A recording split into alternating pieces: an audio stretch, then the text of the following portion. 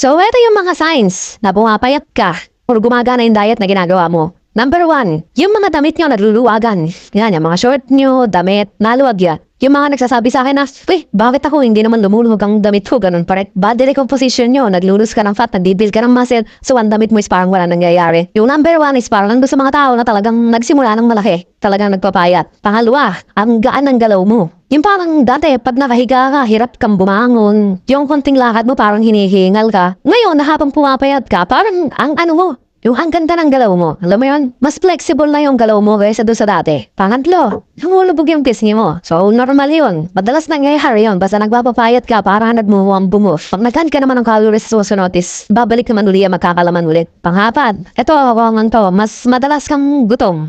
Although normal naman din yon, meron daw mga taong sabi na hindi naman gaano, pero karamihan is talagang nasan yon kahit ako. Kasi survival yan ang katawan mo. Sinasabi ng katawan mo na kumain ka kasi kulang yung kinakain mo. Panlima, humihina kang bumuhat. Yung PR mo nung baliking ka, yung mga personal na record mo sa gym na ginagawa, is hirap ka nang gawin yun kapag nagpapapayat ka kasi konti na kinakain mo. So may mga ibang tao na ganoon din yung sign, kagaya din yung sa akin. Yung dating kaya kong bubuhat ng ganong timbang, ngayon nasa cutting pace ako, hindi ko na yung kayang buhatin. Mas mababa dun. Mabubuhat ko lang uli yun kapag nasa baliking pace ako or nagpapalaki na uli ako. So, meron mga ibang tao na nakabaliktaran. So, kasi nga, nangyayari sa kanila yung body recomposition. So, ang karamihan talaga ng mga tao is kapag nagbawas ang kinakain, is humihina. So, pang-anim, ang bilis mo mabusog.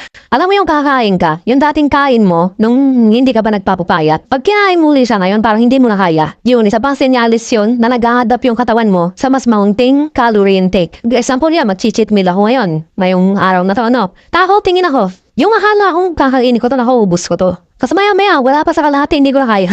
Napusog na ako. So, pampito. Isa to sa pinakamahirap. Yung cravings. Iba yung kanina, yung madalas kang magutom. Iba yung cravings. Gutom siya na may hinahanap ka na pagkain. So, ito yung isa sa ayoko. Kasi yung mga paborito mong pagkain dati, nagke-cravings ka rin naman nung hindi ka pa nagda-diet. Pero kung ikukumpara mo yung level ng cravings mo, kapag nagda-diet ka, or nasa deficit ka, iba yung lakas ng cravings. So, isa din yung sa palatandaan na talagang nasa deficit ka. Kasi gaya nun, di ba umiiwas ka sa matatamis? Ngayon, ang katawan mo, parang gustong-gusto niyang kumain ng matamis. So, pag may naisip kang pagkain, ay parang gusto ko ng spaghetti ng Jollibee. Isa pa yun sa mga senyales na nasa deficit ka. So, hindi naman lahat is ganun yung nararamdaman. Hina-explain ko lang yung ganun yung senaryo nung nagpapapayat ako noon. Yan yung ganan ako. Tapos ngayon na nagpapapayat tuloy ako. So, pangwalo. Pag nasa calorie deficit ako at talagang pumapayat na ako, sobrang mainitin ang ulo ko. Iba yung temper ko, sobrang baba. Ang bilis kong matikon. Pero ako kasi, ilang beses ko nang natry magpataba, magpapayat, magpataba, magpapayat.